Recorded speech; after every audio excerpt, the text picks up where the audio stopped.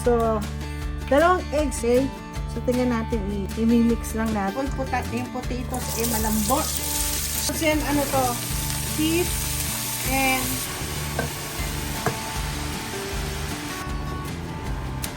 ang dami siyang cream. Raisins na to. Ayan. Sama na siguro yan. Ganda ho. Tingnan nyo ho. Napaka-aninong pagka...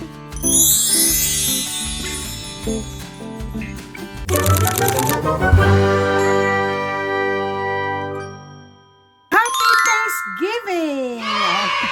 Energy ko mataas na mataas. Hindi kagaya ng umagabi. Kagigising ko lang. Anyway, masyado akong kasi kanina breakfast ko, roast chicken. Actually, kahapon, kagabi, nag-marinate ako. Ngayon ko lang nagawa. Kasi dati pag nagmamarinate ako, 1 hour lang. So, in-overnight ko yung chicken. At ginamit ko yung bago kong bumili po ako ng bagong, malaki-laki. Air fryer. Malaki po kasi siya, malaki. Ay! Diyan pwede mag-fry. Air fryer yan. So anyway, excited po ako. Niluto ko. Haba! Ang sarap pala! Pati yung bones, pati yung lutong-luto at the same time, malasa. So anyway, ngayong araw na to, remember I told you, medyo busy-busy ako kasi nga gagawa po ako ng mga pagkain na dadalhin ko sa Thanksgiving. Kasi bukas na Thanksgiving. So, ang family ng asawa ko wala na. Supposedly kakain kami sa Black Angus. So, the whole day wala kaming gagawin ko. Sa gabi, pupunta kami sa bahay nila Yam, which is yung si Eric at saka si Yam, anak ni Myla. Doon kami magte-Thanksgiving. So, ang bala kong dalhin is empanada.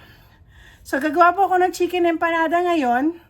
Siyempre, dadamihan ko kasi i-freezer ko na lang sa kabilang sa garage. Meron kasi po akong refrigerator sa garage. So, doon ko, sa bukas, ipa-fry ko na lang. Pero, ito mga junakis ko, ito nga, sinayam, lalo na si Princess. Sabi niya, tita, gusto ko yung empanadang Ilocano. Siguro gagawa ako, konti lang kasi kailan maprito ko agad, dadalhin ko doon. Pero piprituhin ko muna yung mga empanada. So ngayon, eto na po. Eto pong empanada, wala po. Dito lang nakalagay kasi ginagawa ko po kasi ito. So, ito base lang po sa aking karunungan. Kasi mahilig po akong gumawa ng empanada, kaya lang natatamad po ako. So, eto na po tayo. Gagawa po ako ng halos more than 1 dozen. So, titignan natin kung itong aking gagawin magiging So, halos 3 cups ang gagawin ko. So, sana nga po Okay. Ayan, gawin natin 3 cups. Bakit ko pa kailangan to?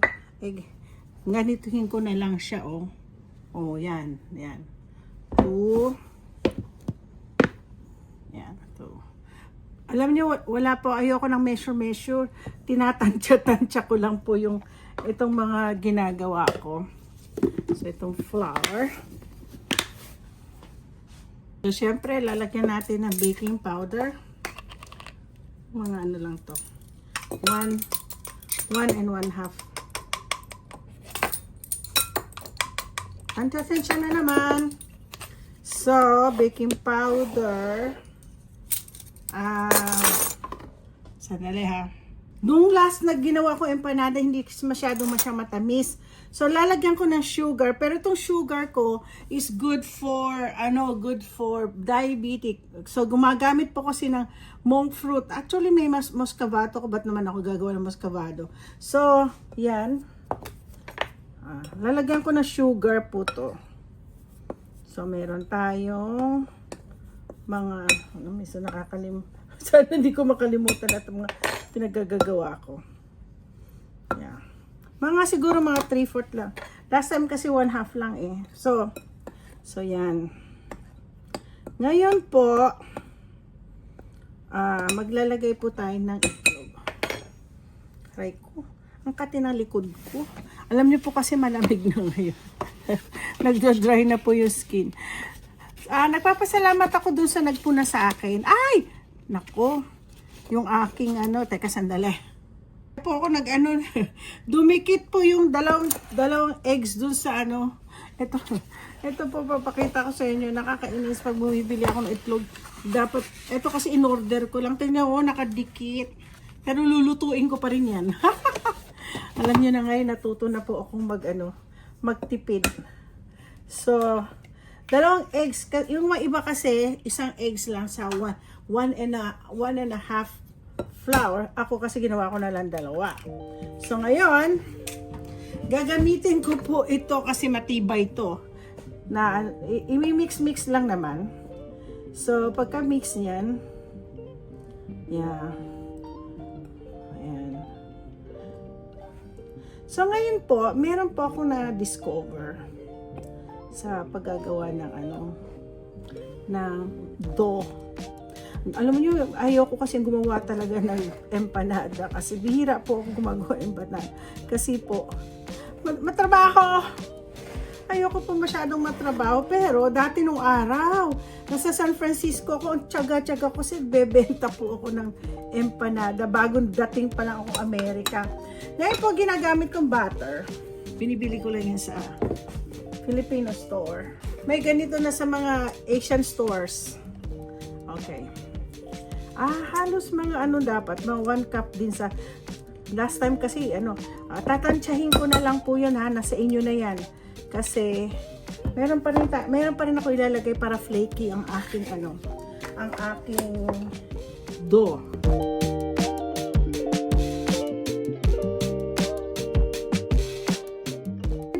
Naglalagay po ako ng shortenings. Pwede naman hindi kayo maglagay ng shortenings. The reason why gumagamit ako ng shortenings para yung para maging flaky yung aking, siguro mga 1 tablespoon lang. Huwag masyadong madami. Oo. Kung wala kayong may shortening naman yung regular na shortening. Tapos, imimix mo siya. Tapos, meron po akong natutunan kay Chef Tatong. Nung habang gumagawa siya ng meron siyang secret daw. So, nakita ko yung secret. Susubukan natin. Gusto kong susubukan yung ginawa niyang yung secret daw. Secret. Okay? So, tingnan natin. I-mix lang natin. Lahat. Yung lang talaga. Magiging matyaga lang po tayo. Talaga mag-mix ng ating So, ngayon, ito po ang sinasabi niya secret. Mabuti nandito lang sa tabi ko. Maglagay daw tayo ng konting suka. Konting suka daw. Dahil para hindi daw punit ang natin. Hindi punit ang ating mapunit ang dough. Ngayon, ang 1 cup na cold water.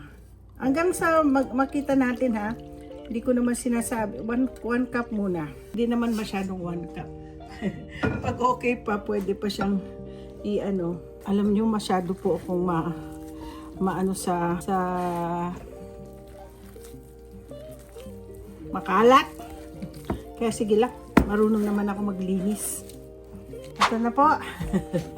Ito na po yung ginagawa ko. Isang buo to. So, sa tingin ko ito magiging sana mga 25 o 24 dahil madaming tao dun sa So ngayon, gaganituhin muna natin yan. Tatakpan lang natin siya ng cloth, tatakpan lang natin yung cloth. Tapos ilalagay ko to sa refrigerator para maging cold. It'll take like an hour. Ano oras na ba? 8:55, magna 9 o'clock na. So, 10 o'clock, mamaya na papasok. Isang oras, siguro kung 9 o'clock na, magiging 9:55, magiging 10 o'clock, iluluto ko na kasi isang oras natin ilalagay sa refrigerator yung dough. Tapos habang naghihintay, magluluto na ako ng chicken fillings. Okay? Okay, I need to fry the potato first. You know, I want the potato. Gusto ko yung potatoes malambot. Soft. Kasi pag niluto ko yun sa dough, I want it talagang hindi siya So I'm gonna cook this. Ginamit ko ang Yukon. Tawag dito sa potato na Yukon. Yukon potatoes. So i-fry ko muna siya bago ko gagawin yung aking version. Na-fry na. Ililipat ko natin dito. Tapos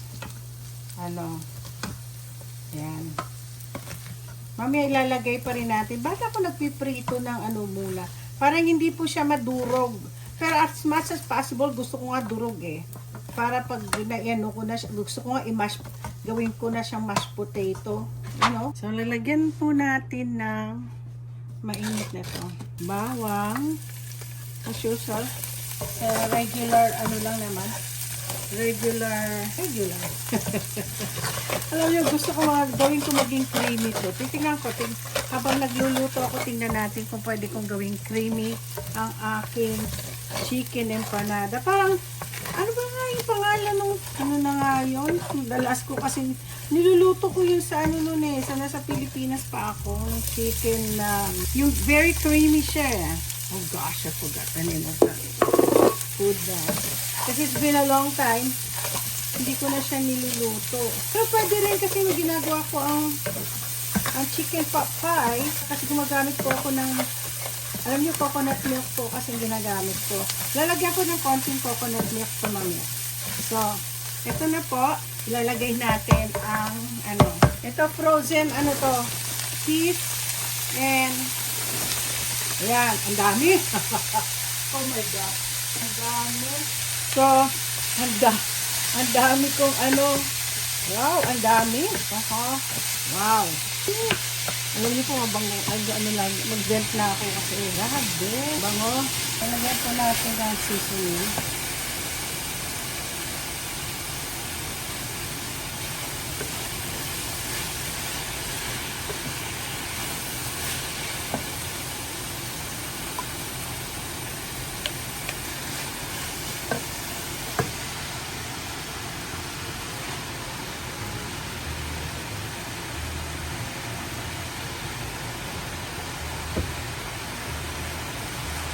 Dami. Ang daming chicken. Okay. Lagyan lang natin ng unting tubig lang para lang matanggal yung nagdidikit-dikitan dyan. Gusto ko maglagay pa na lang malambot po yan. Lalagyan natin ng, para medyo masarap-sarap, lagyan natin ng cream of coconut.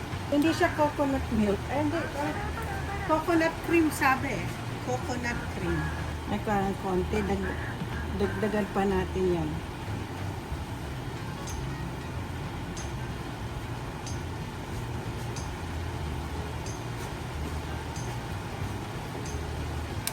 Ang dami siyang cream. Ang daming cream.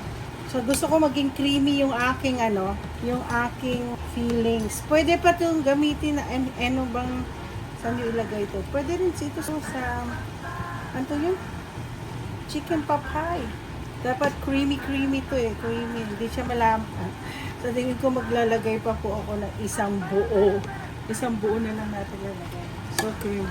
So, lalagyan natin ito ng mga pepper. Lagyan natin ng mga pepper. Yan. Very creamy na. Yan.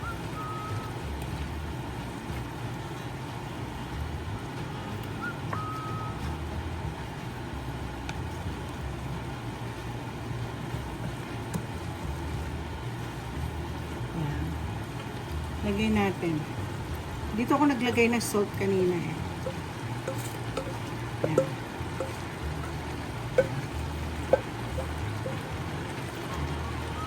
So, yan po ang aking fillings.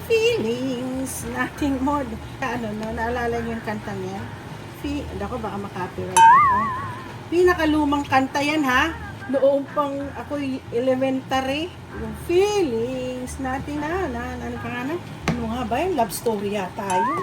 Yung panahon na 70s pa yun eh. Ay! Nahulog na. Lagi na lang may nahulog. Alam niyo, balak ko ngayon since Thanksgiving bukas, Friday, may ano yun? May Black Friday. Friday, maraming discount. Parang gusto kong bumili ng bagong lutuan kasi ito na lang po ang ito, yun at saka dyan. Pero yung itong malaki dito, ito to hindi na siya nagwo-work. So gusto kong bumili uli. Same oven na do para dalawang ang tawag nito, dalawang i-bake ko. So yun po. Yan. Luto pa natin ng konti. Okay guys, eto na, tapos na.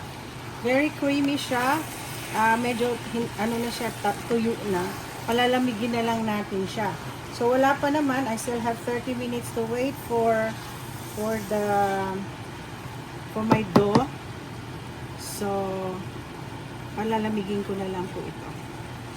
Ganyanin ko. Okay, hindi pa masyadong malamig itong aking feelings.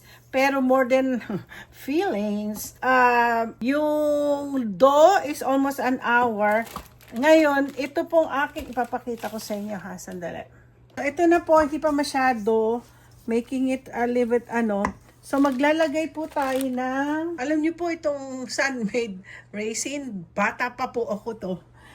I think this is the longest, kasi imagine, I'm already 62, and I've been eating this raisins since when I was young. Buhay pa siya, oh.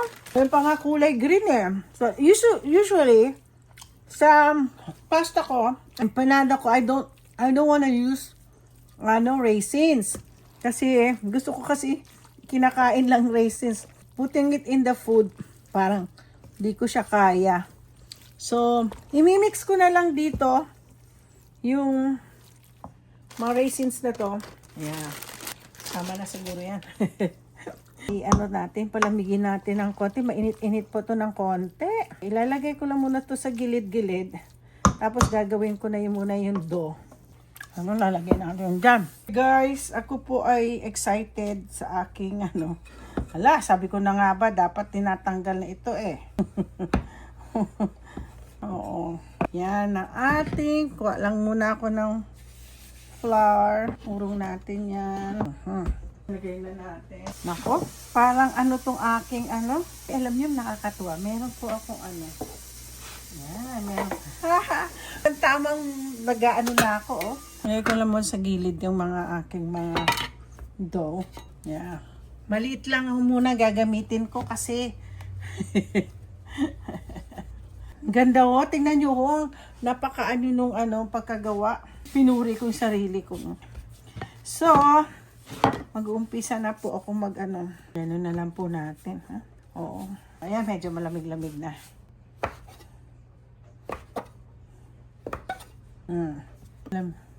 So, gaganyan po.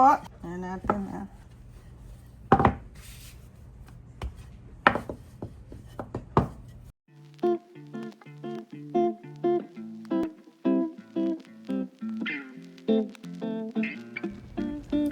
So ito, kaya po meron po akong ganito kasi ayoko silang magdikit-dikit. So ito na po yung chicken empanada. So for now, igaganyan ko na, hatiin ko lang yan. Yan. Kaya dumaarte lang po ako. Kaya, so habang hindi pa nagagawa yan, ko na lang yan. Naku, nahulog. So I'm just gonna fry only one for now kasi the one I'm making is for tomorrow. So I'm just wanna taste what the empanada tastes, the chicken empanada. So hopefully mag-succeed naman ako ngayon sa empanada ko. Sige, mamaya-maya ng konti. Yan. Tingnan natin siya. Excited din po ako kasi meron ako nilagay na dito eh. Something. Tingnan natin kung totoo o hindi. Okay guys, nagluto ako ng isang empanada. titignan natin, medyo malamig-lamig na ng konti. Marami pa po akong tatrabahuin. Dalawa pa lang nagluto po ako. Para matikman natin. Oo nga, no? Tama nga. Dapat talagang merong ano. Ito po, oh. Crispy po yung dough niya. Grabe. Tap.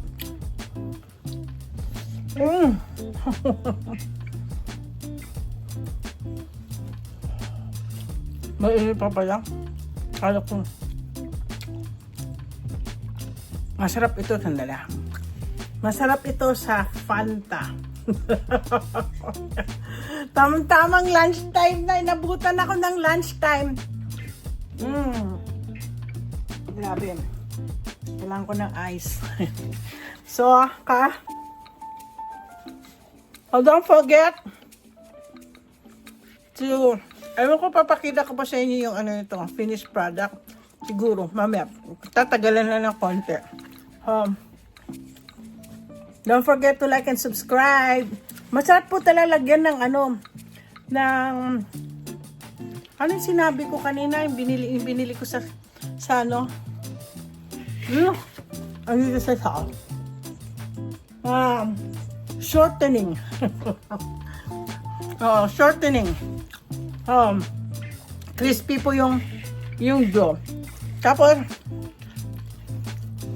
yung laman nito, very creamy. Grabe. Don't forget to like and subscribe. Happy Thanksgiving.